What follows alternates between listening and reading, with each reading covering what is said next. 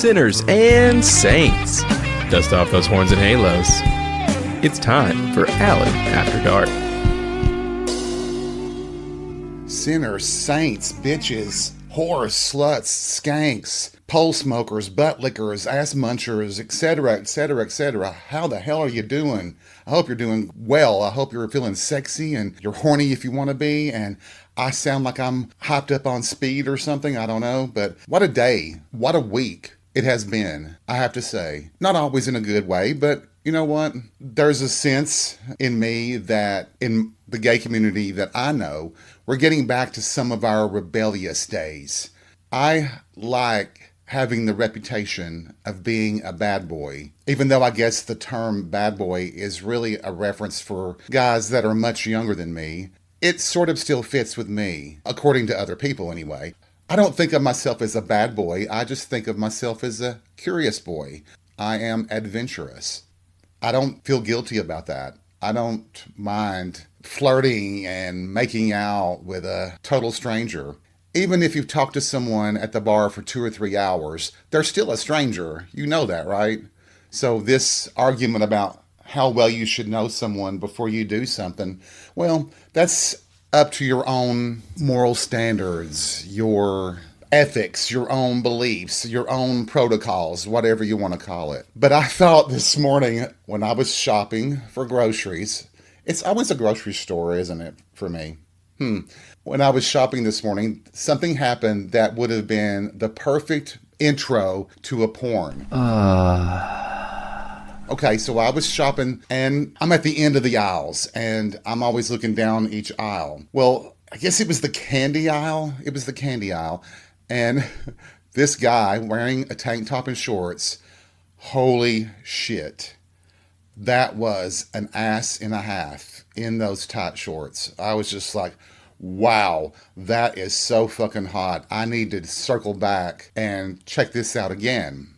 I did. So when I come around, I get to the aisle that I thought it was, like I said, the candy aisle. And there was a guy in a tank top and shorts, but he was knelt down, looking down at the lowest shelf. And he was grabbing things off the shelf and he was putting his phone to it. So I'm guessing he's one of those guys who does the digital coupons and all that shit. But what he didn't seem to realize, or he was acting like he didn't realize, is that in that bent position that he was in, he was showing butt crack. Oh my God. I gotta say, I wasn't laughing. I was like, holy fuck, that's hot as hell. So you know me, I had to get a closer look.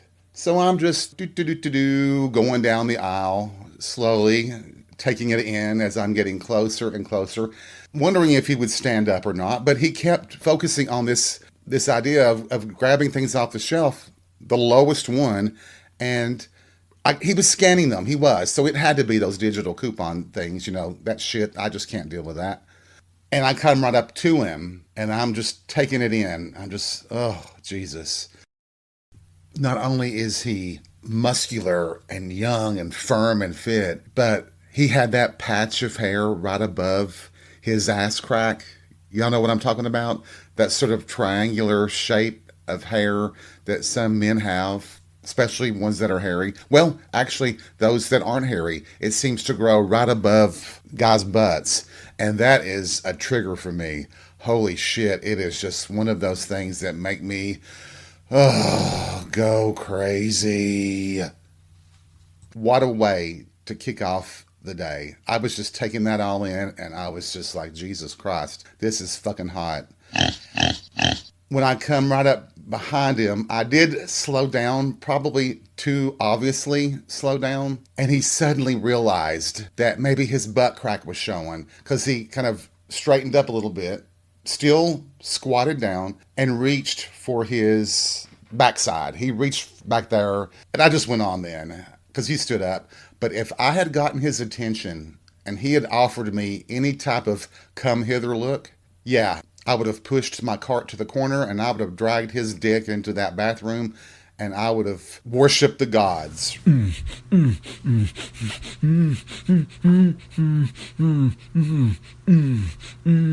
He was just that fucking hot. So maybe my life is a porno. The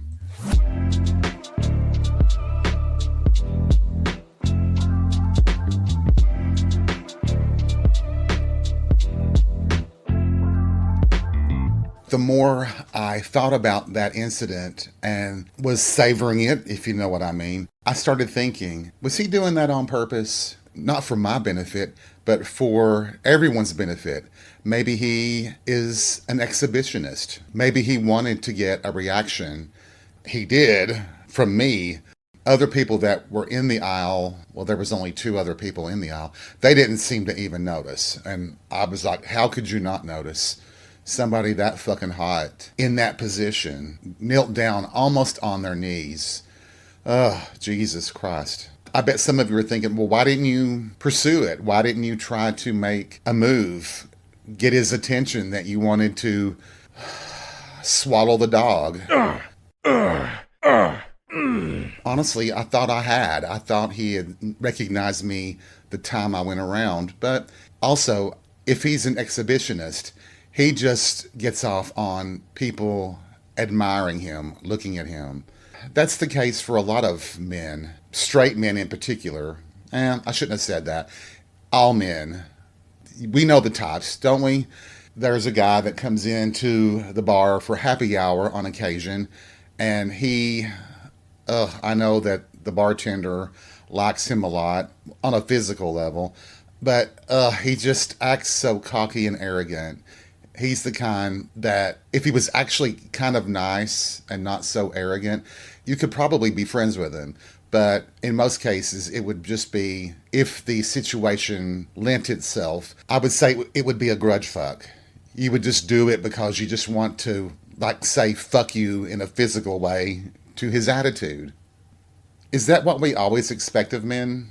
This alpha male complex, these cis men who can't comprehend that they're not perfect, that there are plenty of reasons why a woman or a man wouldn't touch them with a 10-foot dildo? Honestly? Are they really that arrogant to not see their own flaws and their own dysfunctional personality traits? Seriously, God. I just wonder, though, how many times they strike out and how it affects them behind closed doors. What do these cis guys who blame women for not having sex with them, what do they do when they don't have their radio programs, their podcasts, their books, their television shows to complain about women, when it's just them in the quiet of the night in their bedroom? Do they examine themselves and search out for answers as to why they are the bitch that they are? Just wondering. An old friend of mine, let's call him Bob. Bob is going through his second divorce from women. He's heterosexual, and he expressed his frustration and exasperation over dating women. He just complained that it was just too hard, that the ones he had dated since his second divorce, their expectations were beyond anything that he could meet. And he said he was just through with dating. He was sick of it. And I didn't, but I really wanted to just say, maybe you should date a guy and see how that goes. Someone asked me if I had the chance to be hetero, would I do it? Would I change if it was an option? And my answer was quick: no. I love being gay. I love the life that I've lived, even through the struggles and the breakups and the hard times. No, my life is better for being a gay man. Period.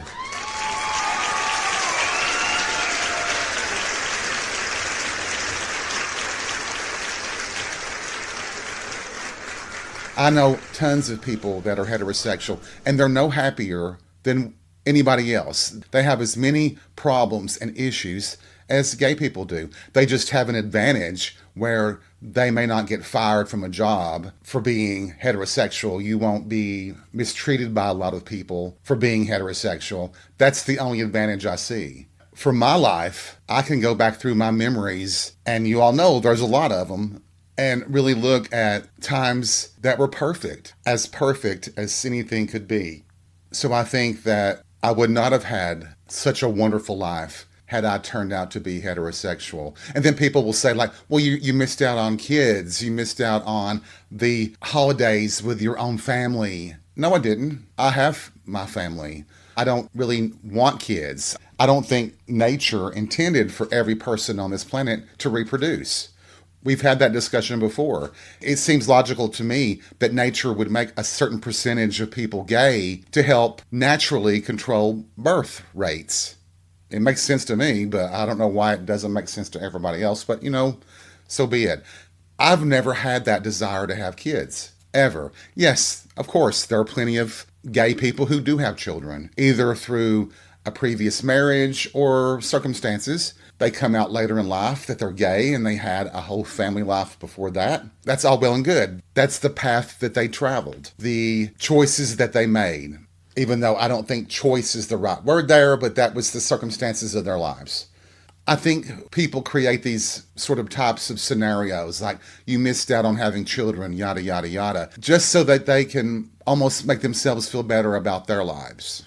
People just sometimes kind of hope that they can put a dent in my armor to try to find something that makes them feel better about their lives and makes me feel worse about mine. And that's just not going to happen. Yes, I have bad days. We all have bad days. We have bad weeks, bad months, bad years. We've all had it. We have. But to think that that would be enough to want you to change your whole life? No. Your orientation in particular, no. I can't foresee anything that would make me want to change the very core of my being.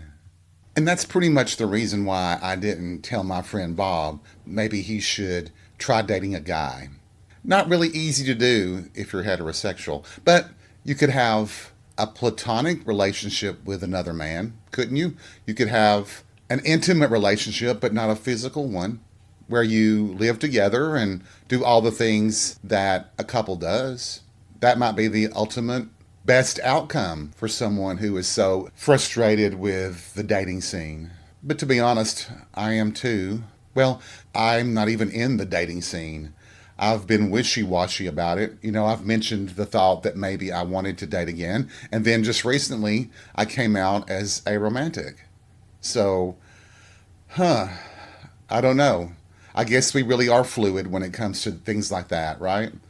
There'll be times when we want to date, and there'll be times when we don't want anybody anywhere around us. I can barely stand people to be sitting beside me at the bar. They better be friends of mine. Oh, there was some unusual people come in to the bar for happy hour the other night. People I didn't know, and this couple, they looked just alike. They had the same kind of glasses. They were the same height, the same haircut, everything. And I sit on the shorter end of the bar, and I'm always like, there's 3 seats on that side. I'm in the center seat. That's my seat. Well, the seat to my left is the last seat before the corner. The bar turns to go the long way down.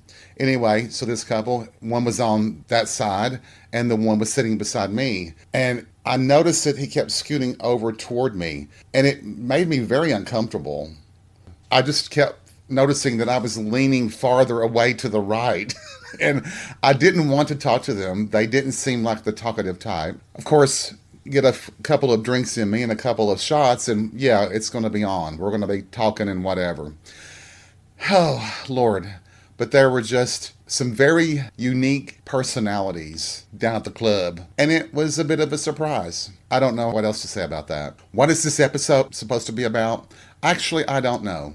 I was going to talk about old Southern superstitions and old habits and novelties, things that only Southerners do.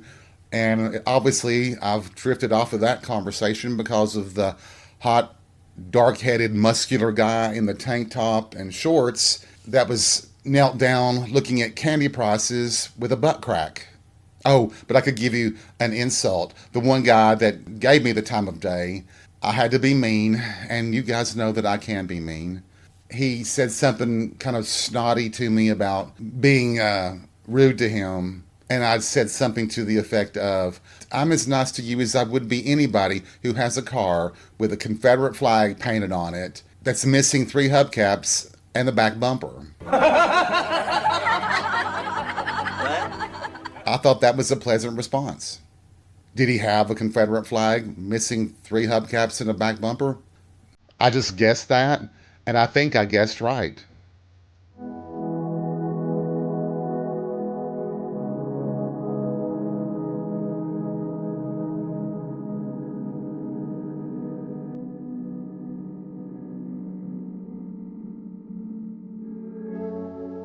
Getting back onto the topic that I thought was going to be the direction of this episode, well, one of the directions. You remember last week when I was saying I was going to shake my booty and you all threw up and all that good stuff? Well, it did get wild that night. We were drinking and we had some visitors from out of town and they were fun and they were cute.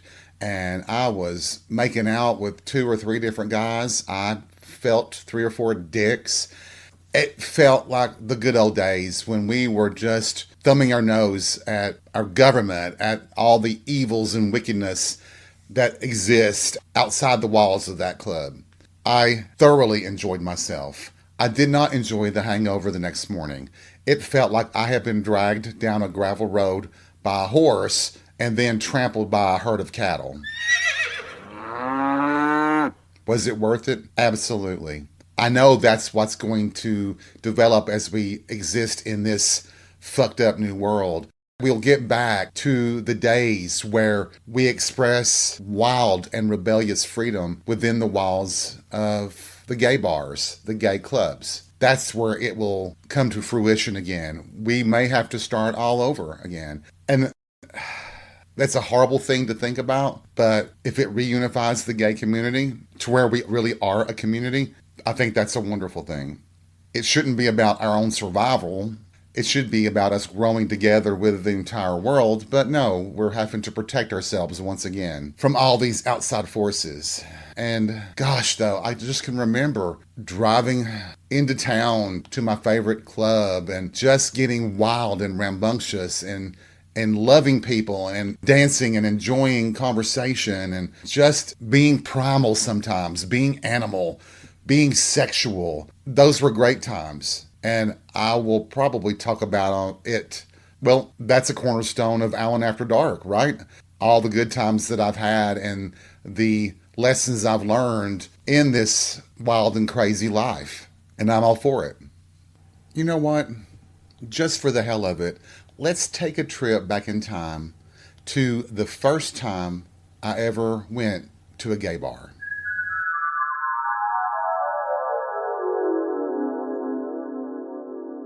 I can't tell you what year it was. I was young. I was of age, but I was young. Yes, 21 is young, in my opinion. Fuck all of you who are that age. Bitches, you better love it. Enjoy it while you can. Anyway, I had found out about this club. I lived in the small country town that I was raised in at that time, and I was determined to connect with other people. So it was a Friday evening. I'd lied about it where I was going to my parents, made the long, hours-long trek up to the big city, and had trouble finding it at first.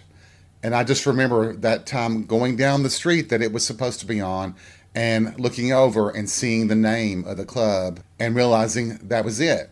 Well, I could not just let myself park, so I literally drove around the block like about 7 times trying to get my nerve to go in because I was very nervous about it. It may sound like a simple thing to do, but this was going to be life-changing for me. It was an earth-shattering moment for me and my life. So I finally pulled into a parking space and I sat there and thought about it and thought about it and thought about it. Finally got the gumption to get out of the car, go to the front door, and it's locked. I looked around on the doors and then I realized, oh, it doesn't open till 9 o'clock. And it wasn't 9 o'clock yet. So I was like, what am I going to do?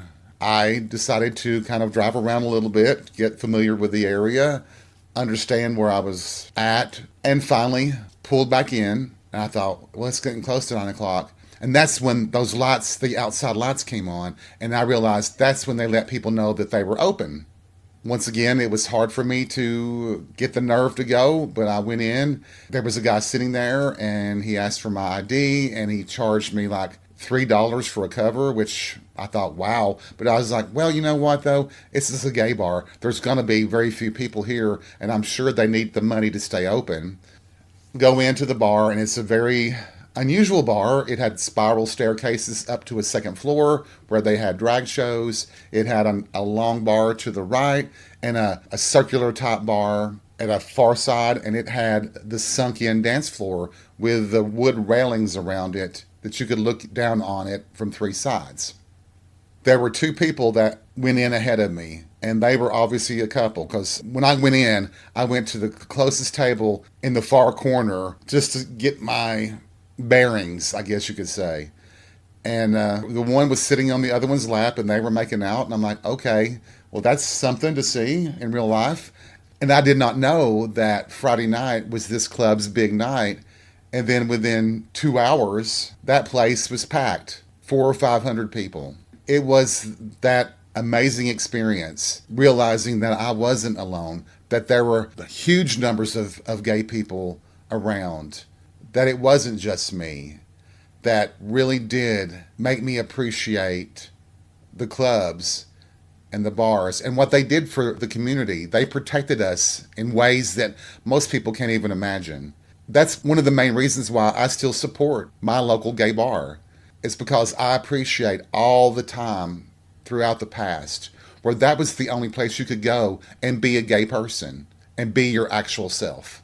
I even asked a guy to dance that night, that first night. I know I was this fucking stupid, innocent, naive little pup of a guy, a total twink, but wow, I just can remember the thrill, the joy I felt, that I had to be glowing, I think, for the next 2 or 3 weeks after that.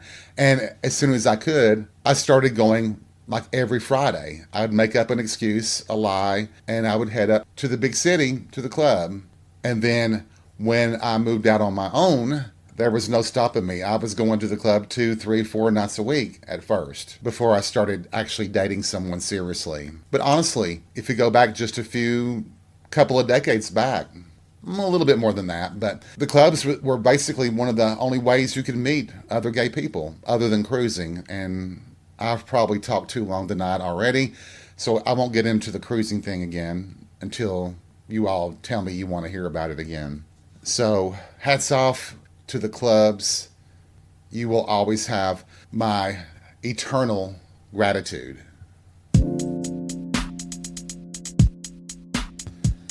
And here we are again at the end of another episode of Alan After Dark. And I hope you've had a good time. I hope you've enjoyed us getting together and chatting for just a little while.